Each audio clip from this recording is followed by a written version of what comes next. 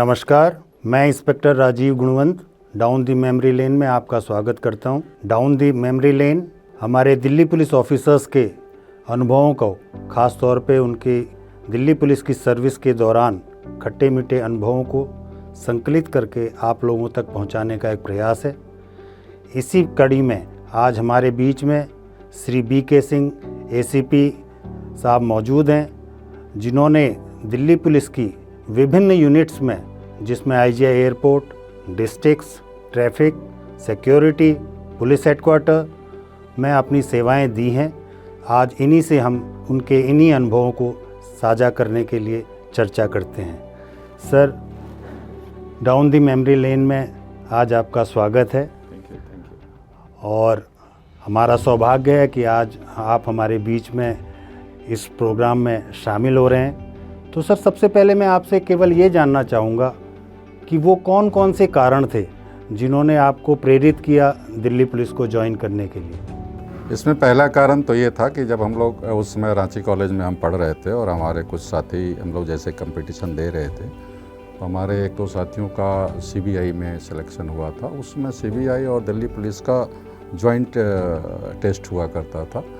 तो जब next year 88 में बात आई तो हमारे साथियों के बीच में बातचीत हुई कि चलो दिल्ली पुलिस का भी भरते हैं। लेकिन दिल्ली पुलिस में एक था कि दिल्ली सेंटर होती थी, तो हमारे दिल्ली हम लोग उस समय तक आए नहीं थे, तो हमने सोचा इसी बहाने दिल्ली भी घूम लेंगे और टेस्ट भी दे लेंगे। इस कारण हमने फॉर्म भरा था और इसके बाद टेस्ट दिया था and it was successful and I was selected. It was only for the employment.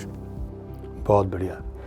Sir, इस दौरान आपने जैसे कई यूनिट्स में काम किया है, बहुत काफ़ी अनुभव है आपके पास, तो आप कोई ऐसी स्पेशल अचीवमेंट जो इस डाउन दी मेमोरी लेन के माध्यम से हमारे साथ साझा करना चाहते हो? हाँ, बिल्कुल। ऐसा है कि 2021 जनवरी से लेकर के जून 2023 तक मैं सब डिवीज़न बेगमपुर में रहा था। लेकिन वहाँ पर 2 पुलिस स्टेशन है, कंझावला एंड बेगमपुर। तो हमारे ज्वाइन करने के बाद 2022 में बेगमपुर पुलिस स्टेशन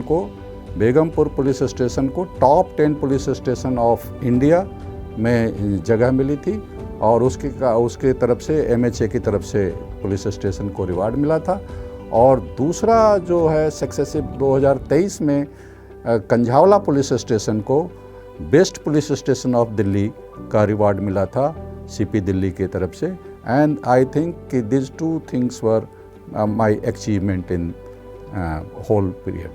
बहुत बढ़िया सर, बहुत खूब। तो सर, जब आप यहाँ काम कर रहे थे और आप कह रहे हैं कि जब MHA ने इस बात को रिकॉग्नाइज़ किया, तो इसमें काफ़ी चैलेंजेस रहे होंगे, आपको काम करने में दिक्कतें आई होंगी, तो थोड़ा उनके बारे में भी बताइए। यस। इसमें ऐसा है कि जब MHA की जब विजिट होती है तो वो ओपनली कहीं सर्वे नहीं करते हैं, वो सीक्रेटली कहीं जा कर के RW से मिला, किसी गांव से मिले या बीट वाले से बात किया, इस तरह करके वो अपना डाटा कलेक्ट करते हैं। और उस समय हमारा ये था कि हम लोग पब्लिक मीटिंग काफ़ी करते थे और उसका एक जो असर ये हुआ कि पुलिस और पब्लिक के बीच में जो डिफरेंसेस थे वो लगभग ख़त्म से हो गए थे। एंड कोई फ्री था हमारे को आकर के अपनी बात करने के लिए, व्हाट्सएप पर मैसेज देने के लिए, और इस तरह से हमें जनरल पब्लिक का व्यू जो है बड़ी आसानी से मिल जाता था और हमें प्रॉब्लम को सॉर्ट करने में आसानी होती थी। और यही कारण था कि बेगमपुर पुलिस स्टेशन को top 10 police station of India में जगह मिली थी। दूसरा जो कंझावला पुलिस स्टेशन का पोजीशन था, तो कंझावला में लगभग 20 गांव हैं कंझावला पुलिस स्टेशन में, और ये कम्प्लीटली रूरल एरिया है। और 2021 में जब हमें भेजा गया था तो वहाँ पर गैंग वार काफ़ी था। तो उसको देख करके हम लोगों ने, उस समय हमारा SHO थे जर्नैल सिंह, और हमारे प्रणव दयाल जो है DCP साहब थे, तो हम लोगों ने मिल करके एक पॉलिसी बनाई कि कोई भी गैंगवार होता है तो या जो भी मुलजिम पकड़ा जाता है तो उसको ट्रैक करो कि आखिर ये किस तरह से काम कर रहा है। क्योंकि हम लोगों ने जब मुलजिमों से बात करना शुरू किया तो अगर एक केस में 6 मुलजिम थे तो उसमें से 5 ऐसे थे कि मरने वाले को जानते तक नहीं थे, पहचानते तक नहीं थे। इवन देन वो 60-70 गोलियाँ चल जाती थी। तो उसको हम लोगों ने वर्कआउट करना शुरू किया कि आखिर कौन कौन लोग किस किस गिरोह से जुड़े हुए हैं, उसका एक अम्ब्रेला बनाया। तो उसका एक असर हुआ कि 2021 अगस्त के बाद जब तक हम जून 2023 तक रहे, एक भी गैंगवार की गोली वहाँ पर नहीं चली। दूसरा एक और मेजर का हमारा चैलेंज जो था वो ये था कि जब हम वहाँ पर ज्वाइन किया था हमने, तो पुलिस स्टेशन में जो गांव लगते थे तो ग्रामीणों में और पुलिस में आपस में विरोधाभास थे। तो हमने इस चीज़ को दूर करने के लिए ग्रामीण पुलिस सहयोग समिति बनाया और लगभग हर गांव में उसकी मीटिंग करी। गांव में जाकर, थाने में नहीं बुलाते थे उनको, हम खुद जाते थे गांव में और जा कर के एक मीटिंग करते थे। उस मीटिंग से ऐसा असर पड़ा कि गांव के लोग खुल करके अपनी बात बताने लग गए। गांव और शहर में एक बड़ा फ़र्क ये है कि गांव का एक अदना सा भी आदमी लगभग गांव के हर बंदे के बारे में, उसकी हिस्ट्री के बारे में जानता है, उसका किनसे रिश्ता है ये जानता है।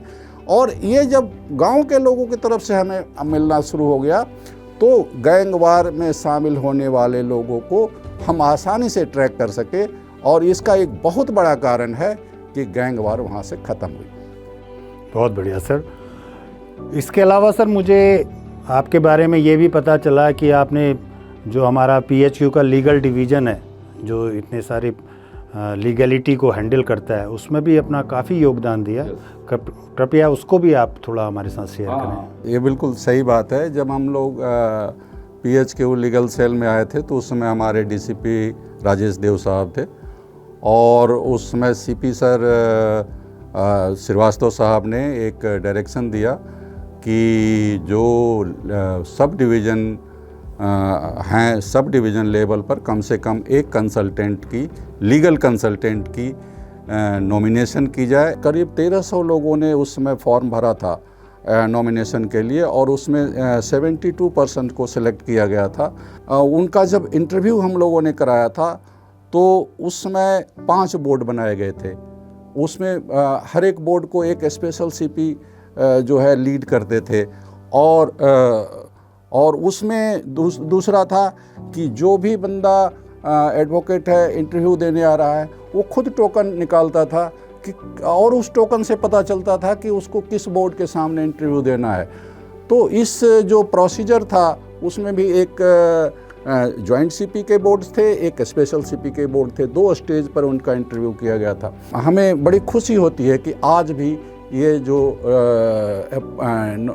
जो लीगल कंसल्टेंट सब डिवीज़न को दिए गए थे, they are still working and smoothly. बहुत बढ़िया सर।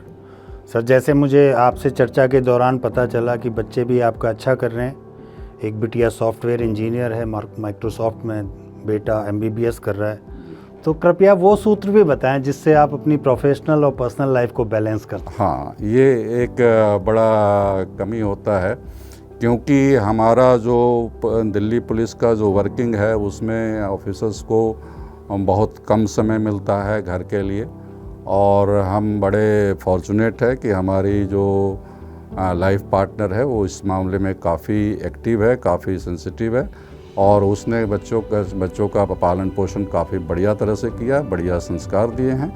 और हमें बड़ी खुशी होती है कहते हुए कि आज हमारे तीनों बच्चे सक्सेसफुल हैं, और एक हमारी बेटी है जो एक इंश्योरेंस कंपनी में दिल्ली की एक टेरिटरी मैनेजर है, एक दूसरी बेटी है हमारी सॉफ्टवेयर इंजीनियर है, IIIT से उसने सॉफ्टवेयर इंजीनियर कर रखा, कंप्यूटर साइंस कर रखा है, और तीसरा हमारा बेटा है जो मेडिकल की पढ़ाई कर रहा है, MBBS की, and I think it is to be completed in this year.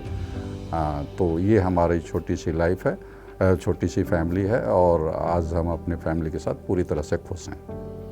बहुत बढ़िया सर।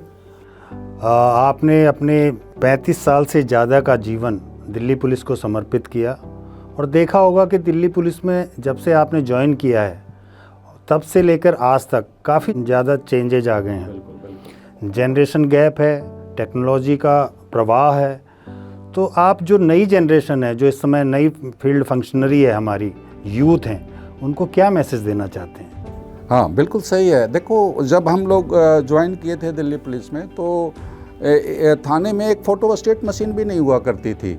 बड़ी मुश्किल से जब भी कोई केस डायरी होता था, चार्जशीट बनाना होता था, फाइल लिखनी होती तो कार्बन कॉपियाँ होती थी, कार्बन पर लिखी जाते थे सारी की सारी। और अगर एक पेज आप लिख रहे हैं उसमें 2 लाइन भी या एक अक्षर भी गलत हो गया तो दोबारा सारा रिपीट करना पड़ता था। रोज़नामचा सारे मैनुअल चलते थे एंड उसमें कई जो है लीगल बैरियर्स भी आता था कि रोज़नामचा जो है पुलिस खुद लिखती है, इसमें टाइम खुद लिखती है, तो इसमें गलत भी हो सकता है, इस पर बिलीव नहीं किया जा सकता है। And now A days it is completely digital, उसमें किसी तरह का कोई चेंज नहीं कर सकता और टाइम भी जो है कंप्यूटर उसमें खुद जनरेट होता है। तो इसमें काफ़ी चेंजेज आए हैं। आज हर आईओ के पास अपने लैपटॉप है, लैपटॉप पर ज़्यादातर काम करते हैं, कंप्यूटर पर ज़्यादा काम करते हैं, सारे ऑफिसेस ज़्यादातर कंप्यूटर पर रन कर रही हैं, सारे रिकॉर्ड कंप्यूटर पर चल रही हैं।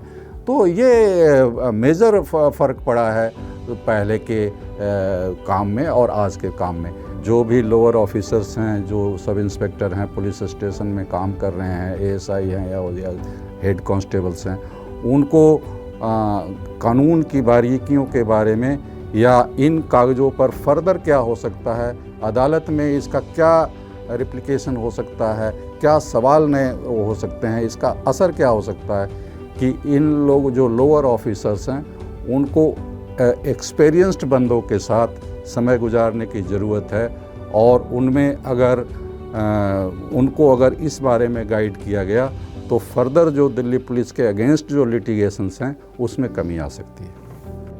सर, चर्चा करने को तो बहुत कुछ है, खूब बात करने का मन है आपसे जी जी, लेकिन समय की डिमांड है सर, तो हम इसको अपनी बातों को यहीं विराम देते हैं और आपको भविष्य में आपकी शुभकामनाएं देते हैं। आपके भविष्य उज्जवल रहे, आपकी नई पारी इसी जोशो खरोश से आप दोबारा शुरू करें। आपका बहुत बहुत धन्यवाद।